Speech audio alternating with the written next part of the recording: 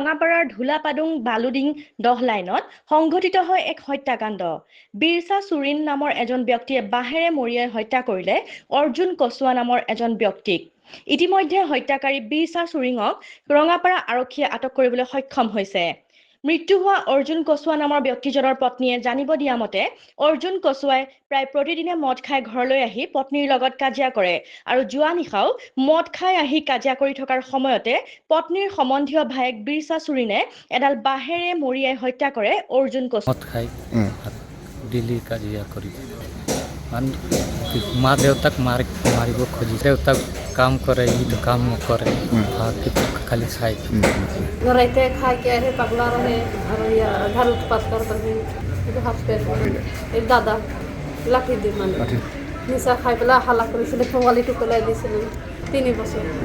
সদায় মদ খায় মই গাঁৱত যাওঁ কামত যাওঁ আহি পেলাই দিন পুৰা নিচা কয় যে এটা চিকুটত কাম কৰাৰ মোক পইচা দিয়ে